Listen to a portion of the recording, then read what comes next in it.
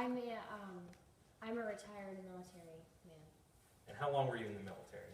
I was in the military for about 10 years. I did 3 tours in Iraq. Now, turning your attention to October 2nd, 2014, do you remember that day? Unfortunately, yes, that day sticks out in my memory. And why is that? Because that was the day that Pete Mitchell attacked me with a flashlight. And what was your plan for that night?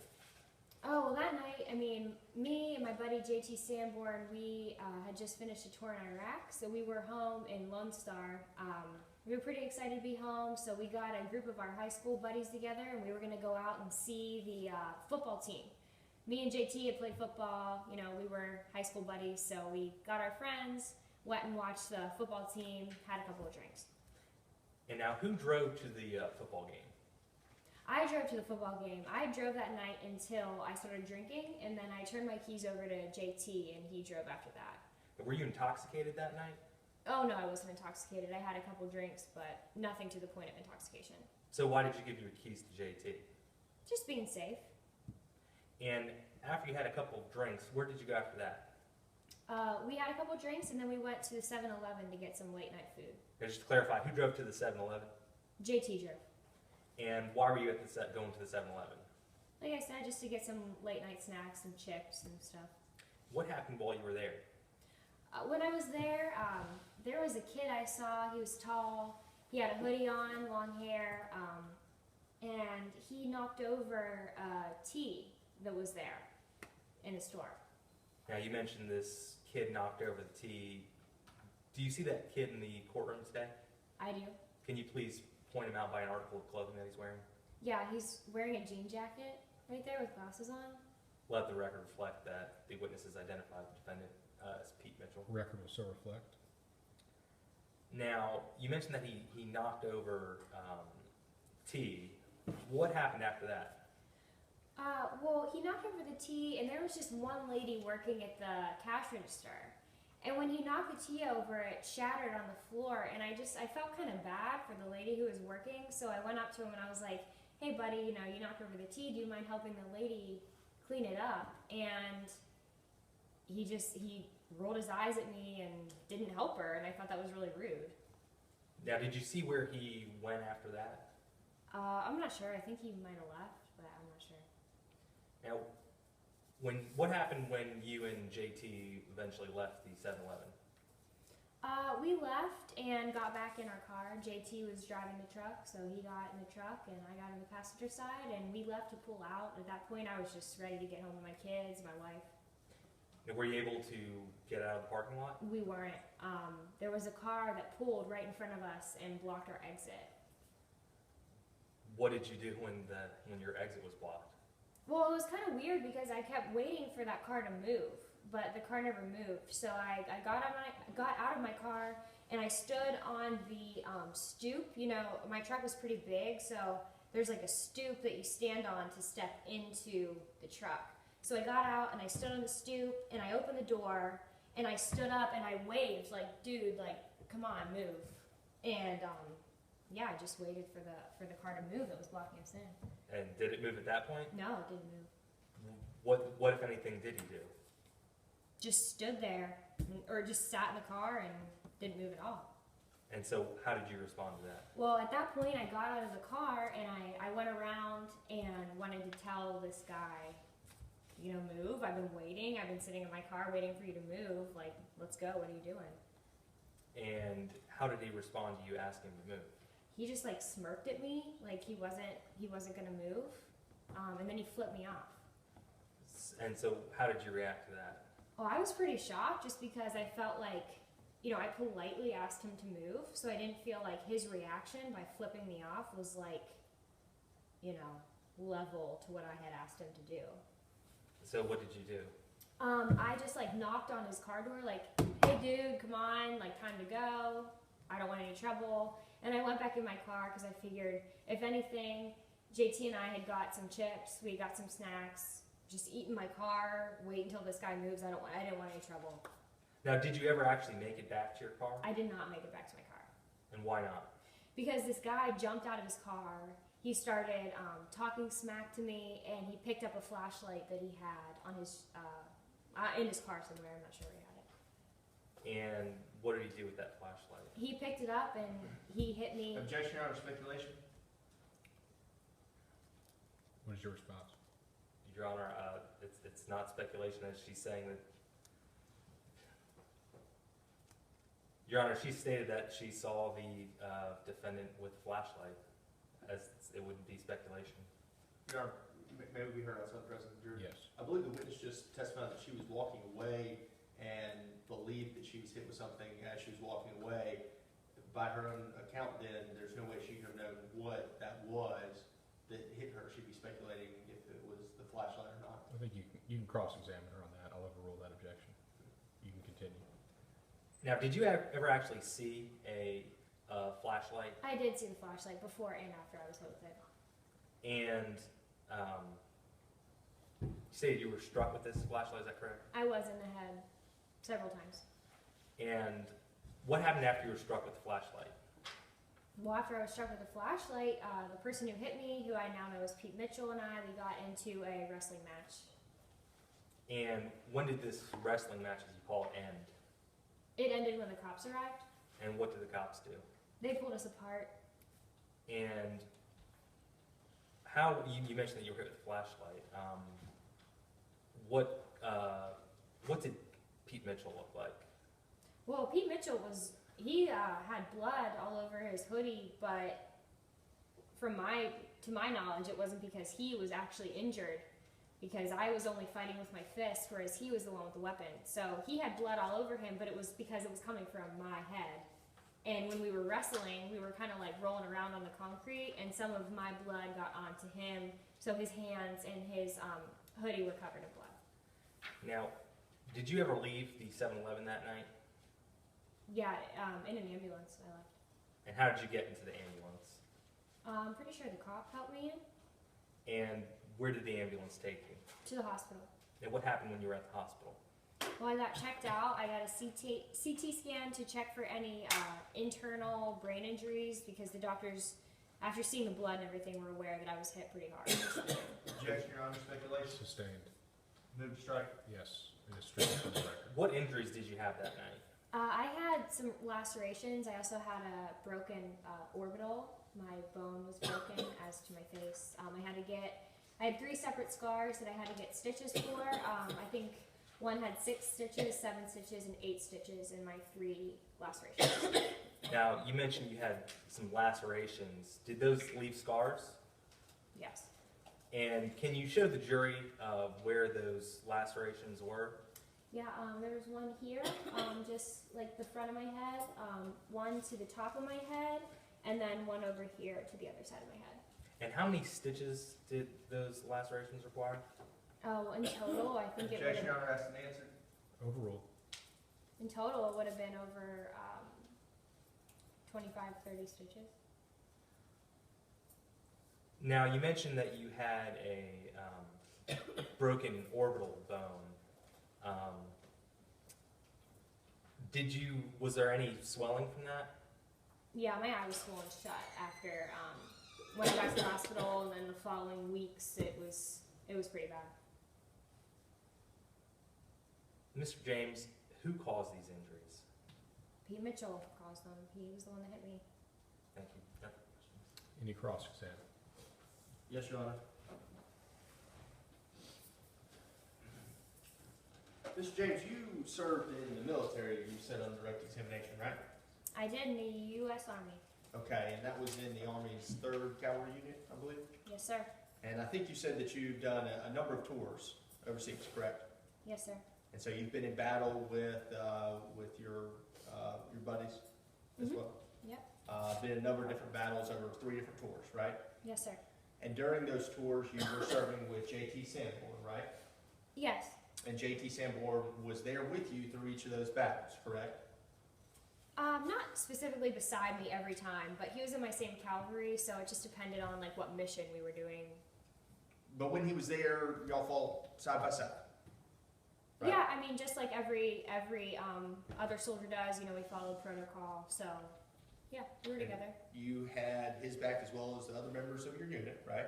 Yeah, we all have each other's backs. And so you would expect the same in return from that? Yep, that's one of the, protocols of the Army. So when you're in the foxhole, you would expect that other person to have your back and watch out for you. Right. Yeah. Join in the fight with you if you need it. Join in the fight if it's reasonably necessary to put themselves in danger's way. And in order to do that, you would have to take orders from your commanding officers, right? Sure. Yeah. We are trained to take orders. And you're also trained to give orders to those guys that are under you so that there's the chain of command, right? Right. And you expect those orders to be followed, isn't that right? I expect them to be followed. Because it's very important for protocol and for everybody's safety that when you give an order, people listen to it. It's important for the Army personnel to follow orders. Correct. Okay. And so after your tours, you said you came back and you had a reunion of sorts, right? I did with my high school buddies. So y'all went to the football game. Correct. And you were drinking. I mean, a few beers, casually. Okay. And then y'all decided late night food at 7-Eleven, correct? Correct, yeah. So you go into the 7-Eleven after you've been drinking, and that's when you first run into Mr. Mitchell, right? Correct. And you don't know Pete at this point, right? I do not know Pete, correct. You just see him knock over a bottle of iced tea, you said? Correct. And then you confronted him about it, right? Yeah, I mean, I just thought it was rude. I wouldn't necessarily call it confronting, but I just asked him about it because the lady at the store, or the checkout clerk, she was pretty busy. There was a long line, and she had to leave the checkout counter and go and clean up the tea. And I was just like, come on, man. Like, you knocked over the tea, clean it up. It's not that big of a deal. But just to clarify, you weren't working at 7-Eleven, right? Oh, no, I wasn't working, no. So it wasn't your obligation to go and talk to the patrons about cleaning up the tea, right? No, I was just trying to be a gentleman. Nothing, this wasn't a big deal.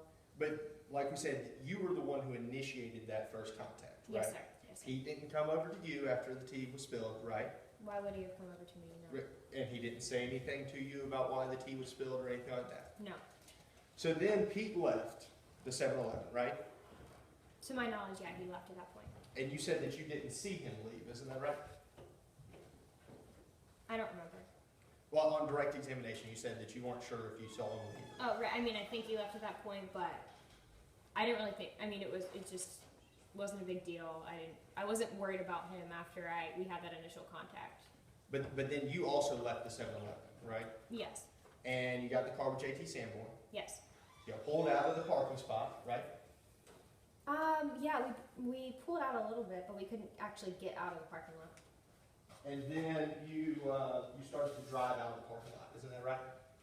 Yes. We All tried to.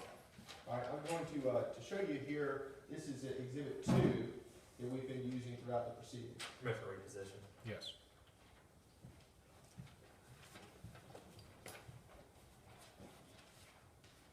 And you were in here earlier for Officer McNulty's testimony, isn't that right? Yes, sir. And you saw the number of different blue marks that were drawn by Officer McNulty, correct? I don't know if I actually saw the blue marks. I can see them now, but I was sitting behind the exhibit when it was being drawn on. Okay, and does this explain where your truck was as you were leaving? Yes, sir. We had backed out of the spot and we were proceeding east, I believe, when when Pete Mitchell stopped and blocked us in. Okay, and so your car's facing this way, correct? Yes, sir. East. The Audi is facing towards the street, Yes. right? So then this is the passenger side of the vehicle that's closest to you, correct? Mm-hmm. The driver's side of the vehicle is on the far side, Yes. all right? I believe on direct you said that you opened your door, Mm-hmm. is that correct? Yes. And you stood on the stoop, Yes. as you said. And then you confronted Mr. Mitchell again at that time, right? You were hollering at him, waving at him, isn't that right? No, I didn't holler at him. I just stood up and kind of went like this, waved my arm, like, come on, time to go. Okay, but he didn't listen to you. Well, I don't know if he. No, he didn't move his vehicle. I don't know if he heard me, and that's why I got out and I went to his driver's side because I didn't know if he saw me or not. Okay, so you get out of the vehicle from the passenger side, correct? Yes, sir. Mm-hmm. And you don't walk to the passenger side, correct? No, because like I said, I didn't know if he had seen me before. I was just trying to, by that point I was ready to get home, so I just walked directly to his driver's side because I didn't think he saw me when I was standing on a stoop. It was dark. It was after 2, so there was no point in going to his passenger side. Was somebody sitting in the passenger seat? No, that's why I didn't go there. So you could have had like a clean line of sight through the passenger side to Mr. Mitchell, right? I mean, I guess, but I just figured, like, why go there if I could talk directly to him So, and ask so him you to move? instead walked all the way around to the driver's side. I mean, the Audi's not a big car, so I wouldn't. Yeah, I walked all the way around, but it wasn't like a long distance where I had to walk. But you weren't the only one that had gotten out of the vehicle, isn't that right? Yeah, JT got out too. So JT also walked all the way around the vehicle, isn't that right? No, he kind of stopped like in front of the vehicle. But nevertheless, he was where Mr. Mitchell could see him. I can't speculate as to what Mr. Mitchell saw. But you could see Mr. Mitchell. Mm-hmm. And that's when you confronted him about moving his vehicle, isn't that right? Just politely asked him to move. I wouldn't say confronted. Okay, but Mr. Mitchell didn't come up to you at that time, correct? No, sir. He was sitting in his car. Sitting in the car, Yes, sir. and you initiated the contact with him, isn't that right? Yep, I just said, come on, buddy. Time to go. We're waiting. Can you pull out, please? Okay, and I think you just hit the table there. That's how you hit the vehicle, you said? Yep, just right above the, you know, like on the hood of the car. I was just like, come on, let's go. Well, now, Mr. James, in the statement that you gave to the police, didn't you say that you were frustrated, so you hit the vehicle? Yeah, I was frustrated. I mean, I was trying to get home to my wife and kids. It wasn't any kind of frustration that I was trying to take out on Mr. Mitchell. But, you know, at that point we had been waiting 5-10 minutes. I was ready for that car to move. So, yeah. And so you were so frustrated that you slammed that car door right when Mr. Mitchell was standing there, correct? I did not slam it. I just hit it. Because you initiated the contact with him. Yeah. And then you said on direct examination that you were walking away, isn't that right? Yes. And that's when you were hitting the head with the flashlight. Yes. Yet in your statement, you would agree with me that you never actually saw what hit you, isn't that right? I know now it was a flashlight. So it wasn't until after somebody told you that it was a flashlight. JT told me, yeah, that I asked him what happened, and he said I was hit with a metal flashlight, so I'm not sure. I'm assuming he saw it. So you never saw it? I had just been hit in the head with a really big flashlight, so no, I'm not really sure what happened after that. All right. Yet on direct examination, you were sure what had hit you. Well, yeah, now I'm sure. Yeah, now I know. And then after you were hit, you started wrestling around on the ground, isn't that correct?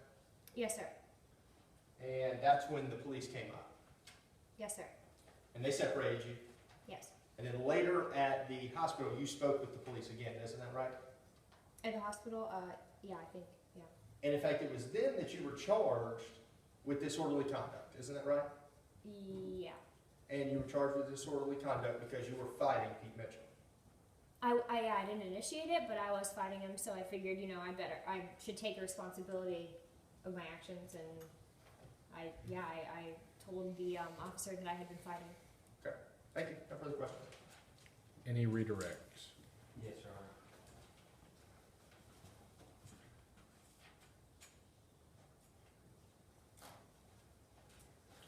Willie, they talked a little bit about what you were hit with and what you saw. Did it feel like a fist, what you were hit with? No, absolutely not. When you're punched with a fist, it's kind of like a blunt force, like you're hit across all knuckles. This was like a sharp edge that I know I was hit with, and I immediately just started bleeding from that wound. Now, they also mentioned which door you approached, the passenger or the driver's side. Why didn't you go up to the passenger door?